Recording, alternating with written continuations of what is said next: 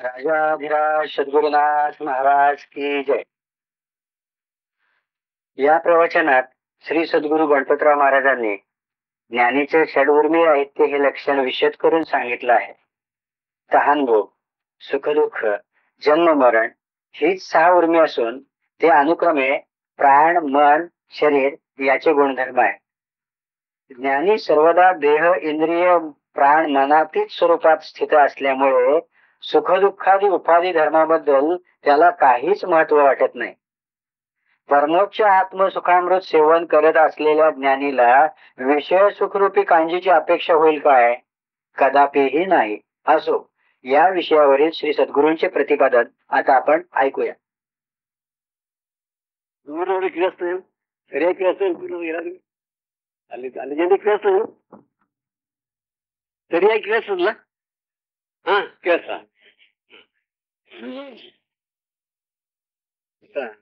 मराठीतून सांगतो, कारण काय 3-4 दिवस कन्नडीमध्ये प्रवचन झालेलं आहे आणि नंतरही स्वामीजी सांगणारच आहेत. कारण विषय का चालू आहे आता? सिद्ध लक्षण किंवा ज्ञानी लक्षण, त्याला स्थितप्रज्ञ असे म्हणतात. ज्ञानी कसा असतो? तो सामान्यपणे ज्ञानी म्हणजे कोणते निराळा असतो. आमच्यापेक्षा सामान्य आम्ही तुम्ही कसे आहोत तसे का नसतात, ते निराळे असतात. काहीतरी वैशिष्ट्य. ज्ञानी म्हणजे काहीतरी विशेष, काहीतरी ते तरुण राहणारे, खाण्यात आणि नेसण्यात, राहण्यात. ते आमच्यासारखं असं म्हणजे ज्ञानी म्हणायला कोणी तयार नाही. ते कोणी निराळे असले पाहिजे, तेव्हा ज्ञानी असं समजतात, समजलं की नाही? पण ग्रंथामध्ये, शास्त्रामध्ये काहीही सांगितलं नाही. ज्ञानाची लक्षणं आहेत ती अंतर्गत लक्षणं आहेत. त्याची स्थितीवरून नाही ओळखायचं. ज्ञानी कसा आहे, कसा असतो हे त्याच्या स्थितीवर ओळखायचं. त्याच्या बाहेर वेशभूषा किंवा भाव काय, वक्तृत्व इत्यादी काय आहे त्याच्यावरून न ओळखता खरोखर अनुभव ज्ञान अंतर्गत आहे की नाही ह्याच्यावरून ज्ञानाची लक्षण काय, ज्ञान असणे हे ज्ञानाचे लक्षण. हे समजा. तर धनी म्हणून समजा, धनी म्हणजे धन असणार धनी, ओके नाही? धनी ज्ञानी, ज्ञान ज्याच्या जवळ आहे किंवा ज्याला ज्ञान झालेलं आहे, ते ज्ञानाने परिपूर्ण आहे, तो ज्ञानी. हे असा मग ज्ञानी कसा असतो हा एक मुख्य प्रश्न, महत्वाचा प्रश्न आहे. कारण काय, 2 तऱ्हेने त्याचा उपयोग होतो. एक काय, आम्ही सुद्धा त्या स्थितीला पोहोचायचं आहे, ती लक्षणं आपल्या अभ्यास करण्याला आपल्याला वाव मिळेल किंवा ती संधी मिळेल, काय कसं वागावं ते समजेल. आणि दुसरं म्हणजे ज्ञानी कसे असतात ते ओळखून मग त्यांच्याबद्दल आमची जे पूज्यभाव आहे त्याची जास्त वाढवायचं, भक्ती करायची त्यांची. मग त्यांना मग आपले संशय संशंका विचारायचं वगैरे. ज्ञानी कोण आहे मग समजत नाही. बाहेरच्या वेशभूषेवरून किंवा बोलण्यावरून सुद्धा समजत नाही ज्ञानी. कारण काय, ज्ञानाप्रमाणे म्हणजे बाहेरून वागणारे त्यांचे अनुकरण करणारे पुष्कळ येतात. ज्ञानासारखेच ते दाखवतात मी कोण ज्ञानी आहे. आणि तसं बोलण्यात वगैरे काय शब्द पाठ करून, श्लोक पाठ करून, वक्तृत्व करत काही कथा वगैरे सांग वगैरे ते काय भासवतात मी कोणी ज्ञानी आहे भासवतात. पण खरा ज्ञानी कोण कसा समजायचं? मग त्याकरता हे सांगतात, खरा ज्ञानी कसा असतो हे बघा. तर भूषेवर किंवा बोलण्यावरून किंवा पांडित्यावरून काही ज्ञानाचे लक्षण सिद्ध होत नाही. ज्ञानी कसा असतो तरपंत किंवा इकडे सिद्ध म्हणतात. म्हणजे त्याचे मुख्य लक्षण काय आहे? सिद्ध म्हणजे त्या नावावरून ओळखायचं. वेदांतात काय विशेष आहे, वैशिष्ट्य हे शब्द योजना अशी केलेली आहे, त्या नावावरच आम्ही काय आहे ते आम्ही जाणू शकतो. ते नाव, ते शब्द तुम्ही पृथक्करण केले की नाही, मग त्याचा अर्थ काय त्यातच सामावलं असतं. तसं मोक्ष म्हणजे मुक्ती म्हणजे सुटणे. कशापासून सुटणे हे विचार करायचं. मग दुःखापासून सुटणे, बंधनापासून सुटणे हे मुक्ती त्या मोक्ष शब्दातच आहे. तर ते कसं आहे, मोक्षाची इच्छा करणारा मुमुक्षू, मुमुक्षू म्हणजे जो पाहणारा, पाहण्याची इच्छा करतो तो मोक्षाची करतो तो मुमुक्षू. म्हणजे त्या आता साधक साधन करणारा साधक, तसं सिद्ध म्हणजे सिद्ध स्त्रीला पूर्णत्वाला जो पोचलेला आहे तो सिद्ध असं म्हणायचं मला की नाही.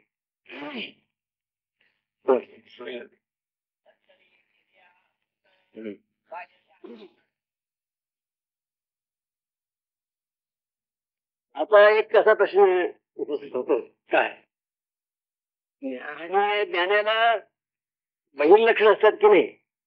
हे ज्ञान अनुभव सर्व हे अंतर्गत आहे, स्वतःच्या अनुभवगम्य आहेत आणि त्याला अंतर्गतच त्याचा अनुभव येत असतो.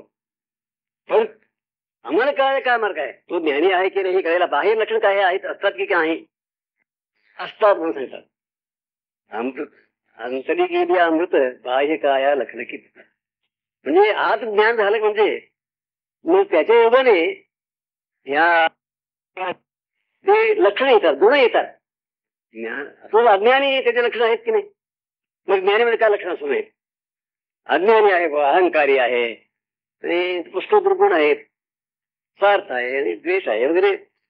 अज्ञानीमुळे अज्ञानाचे लक्षण आहेत ते आहेत. मग ज्ञानीमध्ये त्यांचे लक्षण असले पाहिजे नको. हे असली संपत्ती असेल तर दैवी संपत्ती असलीच पाहिजे. क्षमा, शांती, दया, समता, सहानुभूती, प्रेम आणि हे जे लक्षण आहेत हे ज्ञानाची लक्षण आहेत. अज्ञानाचे लक्षण जसं अहंकार वगैरे वगैरे आहेत तसं हे सुद्धा क्षमा, दया आदी शांती आदी गुण आहेत, हे ज्ञानाची लक्षण दैवी लक्षण आहेत. म्हणून त्याच्यावर गुण ओळखायचे.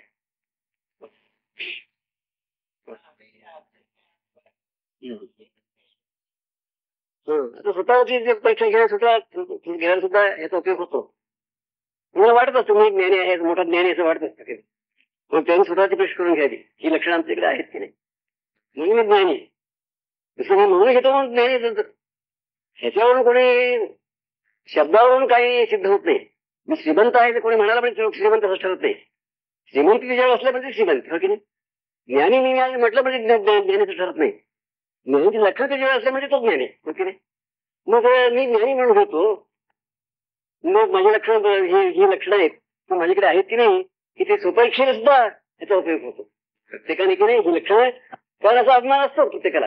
थोडं समज म्हणजे आहे, सगळं समजलेलं आहे असं तो अहंकार तो हे करतो त्याने तो सुद्धा त्याच्याने पण त्याचा हे आहे.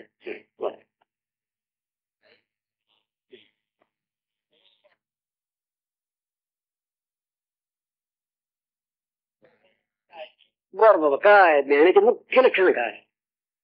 सिद्ध स्वतःसिद्ध जे परिपूर्ण स्वरूप आहे मग ते तो होऊन राहिलेलं असते. ब्रह्मनिश्चय झालेला असतो. जीवनिश्चय जाऊन तो ब्रह्मनिश्चय केलेला असतो. त्याची प्रतिती मी परिपूर्ण आहे, मी नित्य आहे, मी सत्य आहे, आत्मा आहे, मी परब्रह्म आहे, ही व्यापक स्थिती नेहमी त्यांची राहते. हे त्याचं लक्षण. तसं प्रत्येकाला जवळ प्रत्येक जो असतो सामान्यतः तो मी रूपाने राहतो. मी अमका आहे हे त्याला कोणी न आठवता ते माहिती ते हे असतं, त्या लक्षात असतात, हो की नाही. मी अमक्या गावाचा आहे, आमच्या वर्णाचा रंगाचा आहे, इतका आहे, ह्या नावाचा आहे, असा आहे मी वगैरे, माझा इतका आहे. सगळे जे लक्षण आहेत की नाही तसं त्यांच्याकडे दृढमूळ झालेली असतात. तसं ज्ञानीमध्ये तो आत्मा आहे, परिपूर्ण आहे. ही परिपूर्णता त्या स्थितीत कायम राहिलेली असते. तसं ही कायम राहिलेली जीव गुण असतात, तसं हे जीव स्थिती असते की तसंच ज्ञानाची स्थितीला कायम राहिले. मी परिपूर्ण आहे. परिपूर्णता तिकडे आता अंतःकरणातून ते ओथंबून ते भात असते. परिपूर्ण तिकडे परिपूर्णतेची प्रतीती होत असते. नाही तसं होत असते तो ज्ञानी. रूप होऊन राहायचे तर या नाव सिद्ध बोलजे त्यांनी स्पष्ट सहज शब्द सांगतात. तो मी होऊन न राहता स्वरूप होऊन राहिलेला आहे. स्वरूप म्हणजे काय, स्वतःचं रूप. आम्ही सांगितलं मग त्याचा शब्दामध्ये अर्थ आहे. स्वरूप म्हटलं तर मी काय आम्ही काय स्वरूप कसं असेल, किती असेल, किती मोठा असेल, जगजगणार असेल असं समज करू.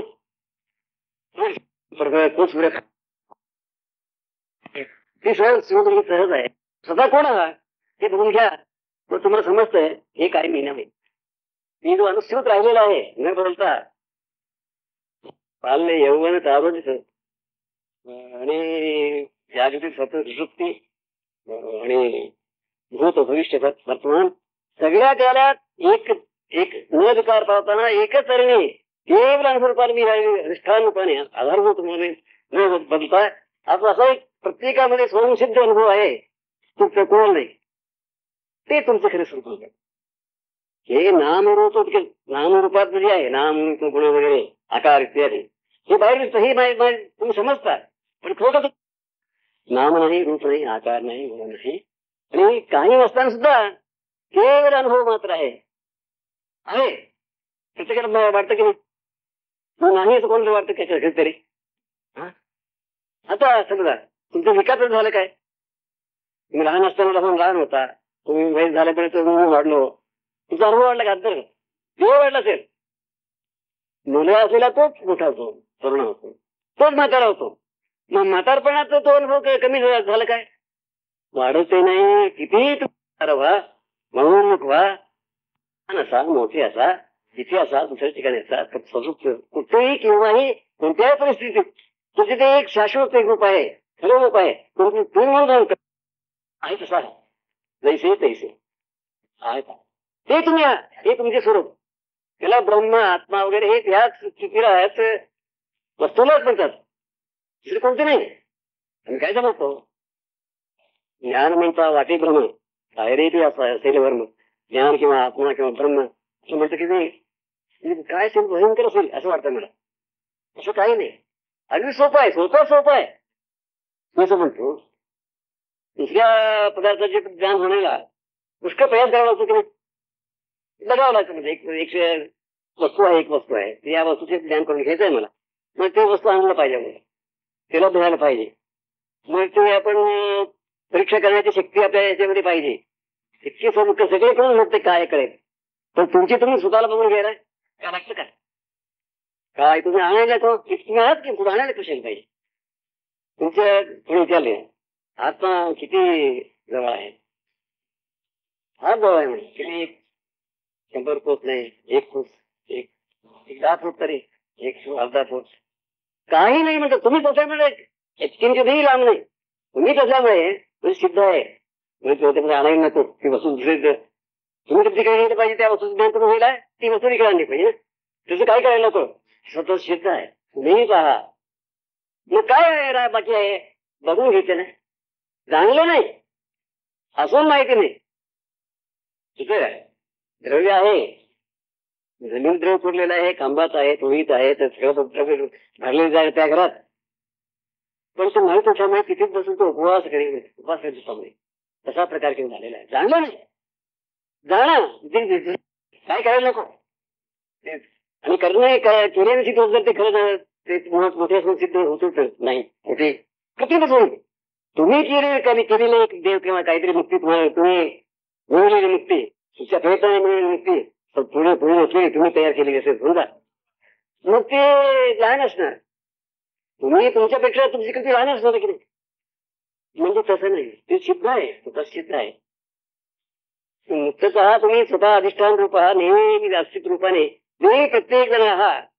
तरी ज्ञानी म्हणजे ते ओळखले असतात ते ज्ञान करून जाणलेले असतात मी असं आहे हे वरचं काही मी नव्हे मी शुद्ध बुद्ध नित्यमुक्त शाश्वत निर्विकारी असा मी नेहमी आहेच आहे कशावर सिद्ध केलं तुम्ही अनुभवावर सिद्ध केलं अनुभव प्रमाणावर सिद्ध केलं पाहिजे शास्त्र प्रमाणावर केलं उपयोग नाही सगळे करतात त्याच प्रमाण करते आत्मा शाश्वत आहे आत्मा निर्विकारी आहे आत्मा आजी आहे आत्मा अमर आहे कसं शास्त्रात लिहिलंय ना साधक कसं पाठवणार नाही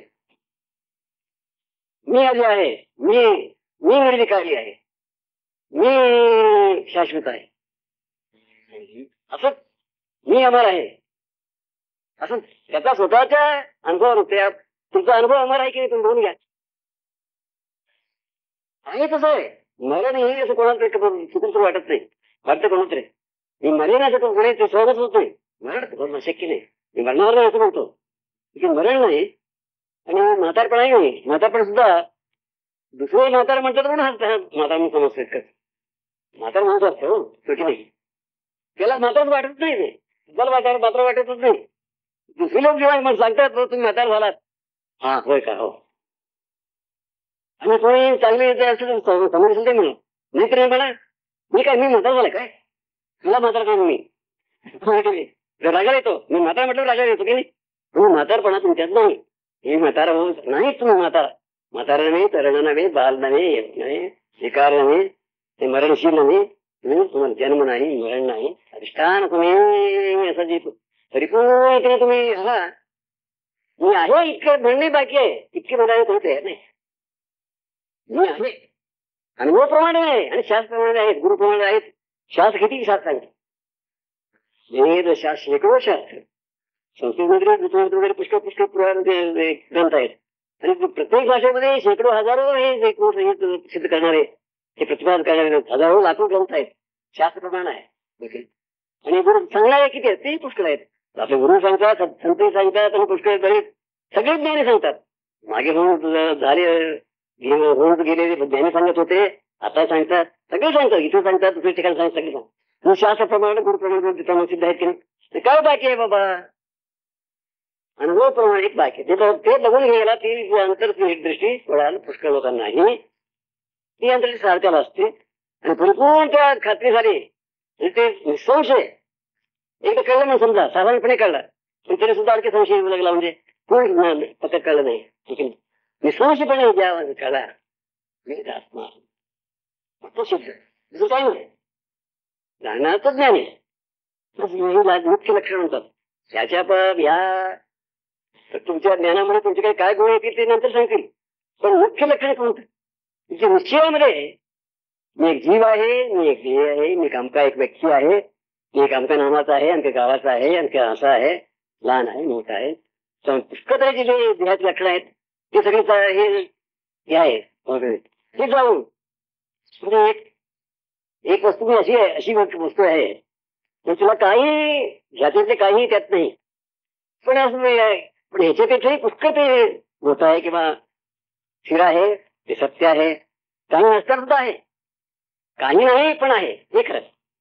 हे काही हे गुण नसताना सुद्धा ते तुमच्यामध्ये आधारभूत अधिष्ठानभूत तुम्ही आहात, म्हणजे आत्मा म्हणून स्वतः म्हणून तुम्ही आहात, तेच मी आहे असा निश्चय तुम्ही केला की मग तुम्हाला मिळाले. तो दृढनिश्चय झाला पाहिजे बापरे. अपरोक्ष किंवा अनुभव निश्चय, अनुभवाने आपण निश्चय करायचा आहे, पण त्यात दृढनिश्चय झाला पाहिजे आणि त्या स्थितीमध्ये राहिले पाहिजे. तशा स्थितीने राजा असं पण राजे पण राहिले पाहिजे. विकार करून वागू लागलो म्हणजे नावाचा राजे म्हणतात. राजा आहे पण नावाचा राजा आहे तो नको. मी आत्मा तसं जातो नेहमी व्यापक स्थितीत आनंदाने राहतो, शांतीने राहतो, शाश्वतीने काय करून राहतो. कशाची भीती नाही. म्हणजे मला म्हातारपण मी म्हातारा झालं म्हणतो त्याला तर वाईट वाटेल काय? म्हातार कोण झालंय? शरीर झालंय मोठा, विकास मोठा झालाय. मरेल असं त्याला काय केवढं वाटतं काय? मरण किती बनतोय? हे अमर आहे, हे अमर आहे असं अशा तऱ्हेने तो दृढनिश्चय होऊन तो आनंदाने, परमशांतीने, व्यापक स्थितीने आणि ह्याचे पासून की गुण आहेत ते पुढे सांगणार आहेत. या सद्गुणाने जातात तेच ज्ञानी.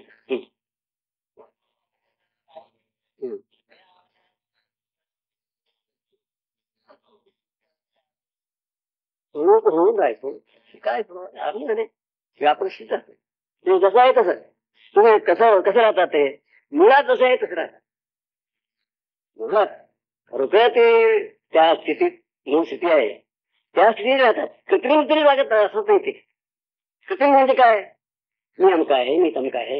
हे एक अहंकाराचं जे अनेक रूप आहेत किंवा मला असं करायचं तसं करायचं वगैरे, म्हणजे हे बाहेरच्या गोष्टींना अनुकूल ठेवून जे आम्ही कृत्रिमपणे करतो हे सगळे त्यामध्ये करते. त्यांच्या अनुभवामध्ये काही नसतं. आहे काय एक अनेक रीतीने आहे तसं आहे. काही इकडचे सगळे नसलेले काहीतरी एक पण अस्तित्व रूपाने आधारभूताने राहिलेलं तुम्ही सत्रूपाने राहिलं केवळ सत केवळ चित्त म्हटलेलं आहे. ते काय आहे मी सांगतो. तुम्ही काय सांगता येत नाही काय म्हणून सांगायचं जरूर काय तुम्ही बघून घ्या ना.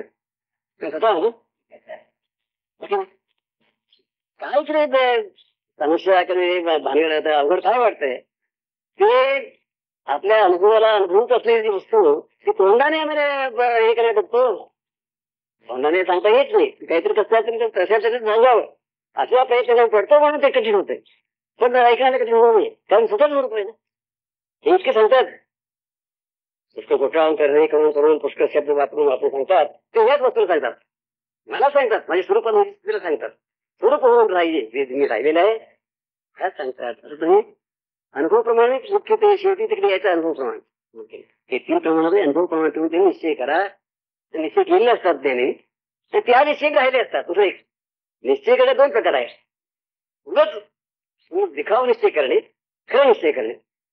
तुम्ही ज्ञानी खरं निश्चय केले असतात खरोखर. आणि बाकीचे अगोदरचे जे दिखावली पण आहे त्याच्याबद्दल काय त्या आसक्ती किंवा सत्यता त्याबद्दल अभिमान त्या चिंता दुःख वगैरे काही घरी सोडून दिलं हे झाले असतात. त्याची निश्चिंतता वगैरे गुणाने